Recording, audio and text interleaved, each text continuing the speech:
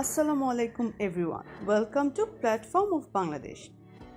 আমাদের quick career কুইজের একটি প্রশ্ন ছিল 1994 সালের 1 ডিসেম্বর বৃহস্পতিবার হলে 1995 সালের একই তারিখ কী বার হবে।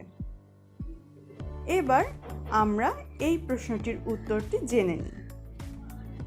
তার আগে আমাদেরকে কিছু জিনিস জেনে রাখতে হবে। আমরা জানি লিপ ইয়ার 366 দিন আর সাধারণ বছর 365 দিন। 365কে 7 দিয়ে ভাগ করলে ভাগশেষ 1 এবং 366কে ভাগ করলে ভাগশেষ 2।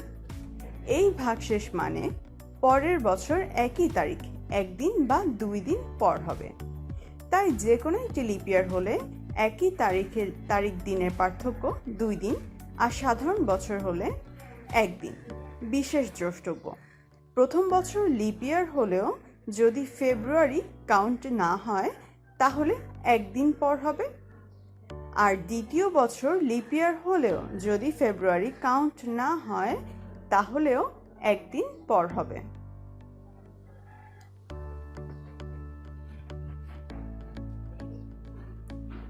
এবার আসি আজকের প্রশ্নে।